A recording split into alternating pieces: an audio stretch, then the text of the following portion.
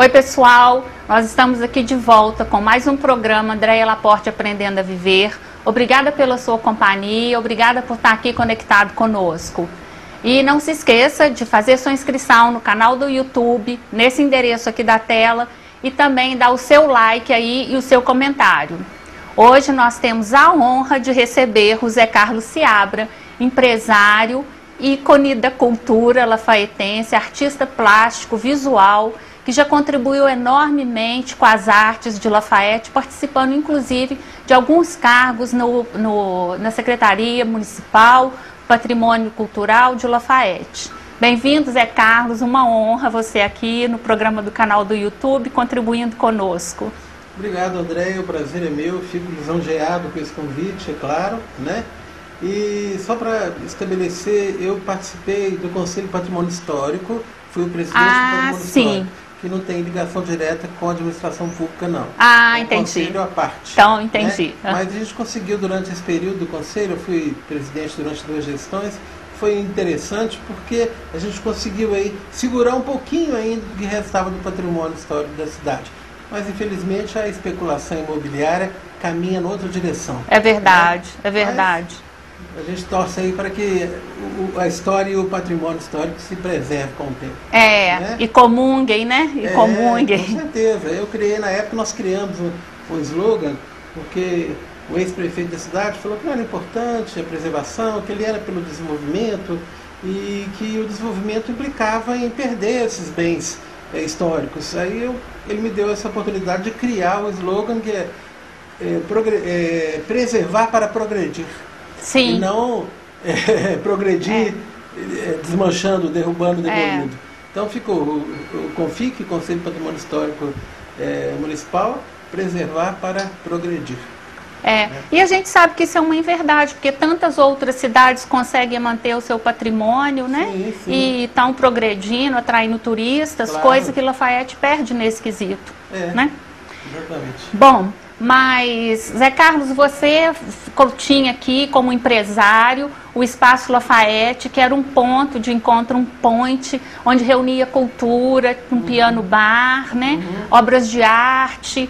E era um tempo muito bom, né, Zé Carlos? Foi, para mim foi uma experiência muito boa, eu relutei muito em fechar, foram 13 anos do Espaço Lafayette, mas quando daquele acidente lá no sul, no Rio Grande do Sul, do Boate Kiss, que houve aquele reboliço todo, com razão, porque se perderam muitas pessoas ali naquele acidente, nós começamos a perceber que nós não estávamos preparados para poder ter receber tanta gente que ia lá. Então eu me preocupei com isso, chamei engenheiros, técnicos, para ver a possibilidade de criar saídas de emergência e tal. Mas como era no segundo andar, não houve essa possibilidade.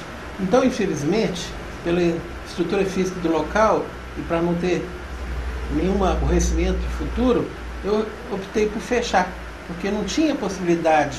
Só tinha uma porta de entrada e uma porta de saída. Sim. Então isso pesou. Uma das coisas que pesou. A outra foi que eu fui adiando essa possibilidade de me tornar um artista visual e, paralelo com a administração de uma empresa, você não consegue fazer isso.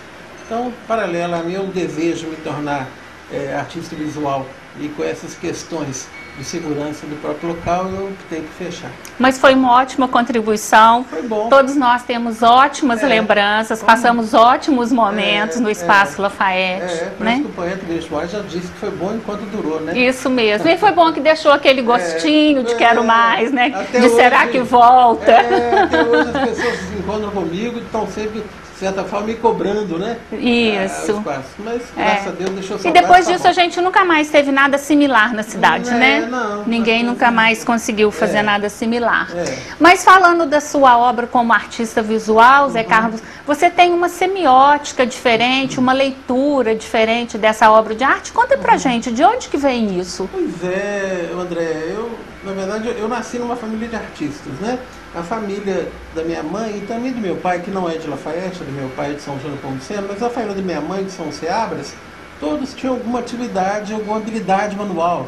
Gente que bordava, que pintava, que dava aula de piano.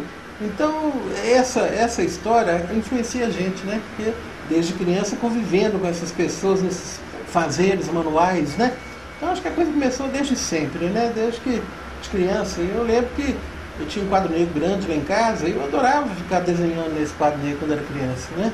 E comecei a perceber que as pessoas, e meu pai e minha mãe, valorizavam muito aquilo. E aí quando terminava eu passava, desmanchava, fazia outro. Mas era uma coisa que eles me reforçavam também desde sempre, né? E depois a gente vai, eu fui para Belo Horizonte, morei lá 14 anos, e aí tive a oportunidade de fazer curso de comunicação. Paralelo a isso, fiz várias disciplinas isoladas na Belas Artes, né? Estudei com vários artistas de renome, tipo Américo de Castro, Lopes Lobo e outros demais. E essa experiência a gente vai acumulando, né? Ao longo da vida, né? E um dia você resolve fazer o que eu fiz agora, foi me dedicar às artes visuais há 3, 4 anos para trás, que embora desde sempre eu pintei, desenhei e gostei, né? Uhum. E de onde vem sua inspiração? Bom, essas coisas acontecem. Eu acho que a inspiração é aquela coisa que vem de Deus, né? É uma coisa que você tem que estar com esse canal liberado, porque é interessante que tem horas e tem vezes que você não consegue fazer as coisas do jeito que elas deveriam ser, que você gostaria que elas fizessem ou acontecessem. Então é melhor parar. Então você para, dá um tempo, deixa aquele trabalho no meio do caminho, em determinado momento você passa na frente dele outra vez, e aquilo lá, a solução está ali.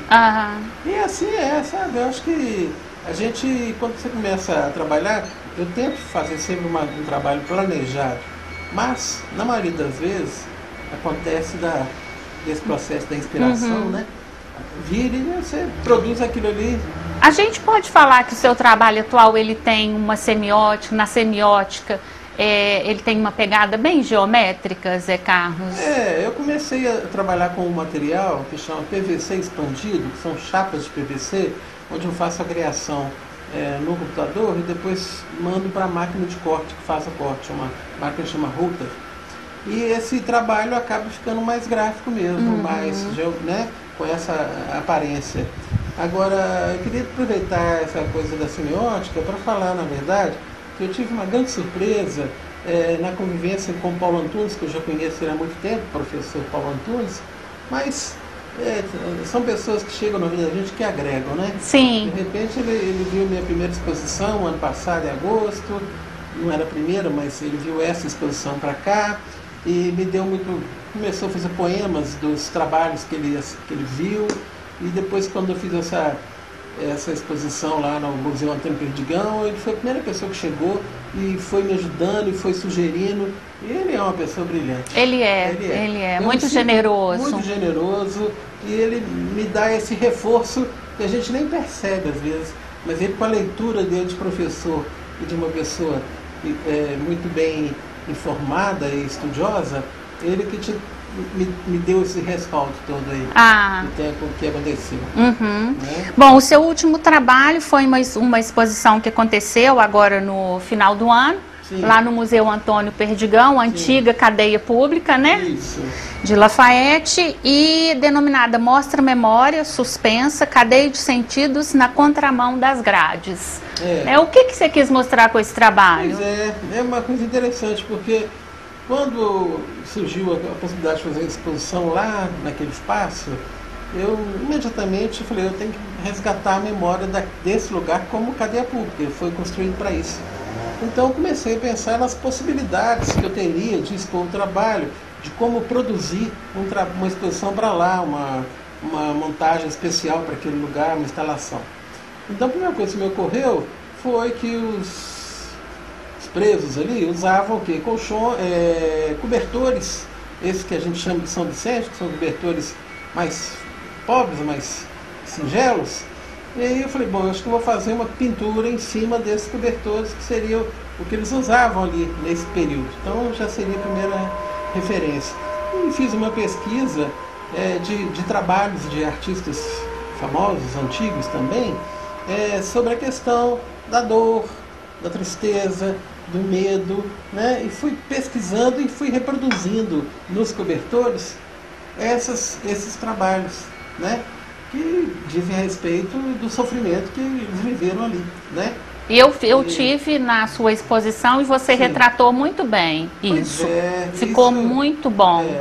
O Paulinho, o Antunes, está me sugerindo que eu até volte com essa exposição agora, nesse período escolar, porque eu fui na época das férias, para que possa ter uma visitação. Ah, é uma ótima ideia.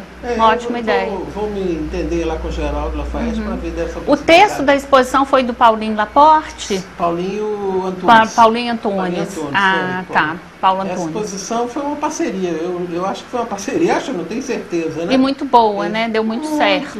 Deu muito certo. O texto do Paulinho Antunes, ele flui de uma maneira tão natural. E ele é tão assertivo naquilo que ele escreve, que ele fala. Além dele ser um ótimo professor, ele é um artista, né? Eu não fui aluno dele, mas gostaria de ter sido. Embora eu sou mais velho que ele. Mas, de qualquer forma, é aquela pessoa que não erra ali. Quando ele escreve, quando ele fala, ele faz poemas maravilhosos. É aquilo assim, fez, está feito. A sensação que eu tenho é que aquilo jorra dele, uma energia ótima. É verdade. E fica pronto ali. É verdade. Então, Zé Carlos, sim, se eu quiser ter um trabalho seu, você faz esses trabalhos assim, junto com arquitetos, né? Vamos supor, eu estou construindo uma casa e eu quero ter um trabalho seu. Então, você trabalha em conjunto com outros profissionais? Sim, claro. Eu recebi agora, inclusive, eu estou trabalhando em um trabalho que foi o convite de uma arquiteta, que projetou a casa dessa família, e ela me convidou para apresentar, para ocupar um determinado parede da casa. Então eu fui até lá, fotografei, fiz 3 opções de trabalho, né, para eles escolherem, né? E coincidentemente eu não falei qual que eu gostava muito, são 3 opções. Tem sempre um que você gosta mais um pouquinho, né? Mas aí não falei nem comigo, passei para a arquiteta levou. E eles escolheram qual que seria. E coincidiu, falei, que bom, era o que eu gostei, a arquiteta também gostou e os proprietários também. É um trabalho grande, feito nesse material, um recorte, né? Ele tem 2,37 por 57. É um trabalho grande. É um trabalho grande, né? Que fica instalado na parede. Zé Carlos, e quem não tiver uma parede para fazer em casa ou não estiver trabalhando com arquiteto, como que pode adquirir o seu trabalho? Tem algum lugar que se comercializa isso? Ou seus trabalhos, suas obras? O ideal é entrar em contato comigo, pode ser através do meu e-mail, né? jcarlosseabra@hotmail.com. A gente vai colocar aqui na tela para o pessoal ter tempo de anotar. Pode repetir, Zé Carlos? Posso. jcarlosseabra@hotmail.com. E através do e-mail a gente faz o contato, eu vou estar à casa da pessoa, porque muitas pessoas querem uma coisa exclusiva também. Além do que eu tenho uma coleção de trabalhos já produzidos e prontos, que a gente pode marcar na minha casa também, não há dificuldade nenhuma nisso. Ah, ok. Tá? Bom, Zé Carlos, muito obrigada por ter vindo, foi uma honra de novo, viu? Muito obrigada por te receber, sucesso, e a gente vai acompanhando o seu trabalho por aí, tá bom? Eu acompanhando o seu. Obrigada. Obrigado, eu. Daqui a pouco a gente volta. Bom, pessoal, agora nós vamos falar de alegria, de beleza e de juventude. Nós vamos falar de Gilness, uma empresa norte-americana que eu tenho muita felicidade em representar no Brasil. A Gilness tem produtos muito bons, excelentes, com qualidade, tecnologia, avançadíssimas. E entre esses produtos eu vou apresentar para vocês o Naara. O Naara é um drink da beleza, é o colágeno hidronizado, repleto de vitaminas e que tem resultados rápidos. Em 3 semanas você já sente resultados em cabelos, pele e unha. Naara Beauty Drink.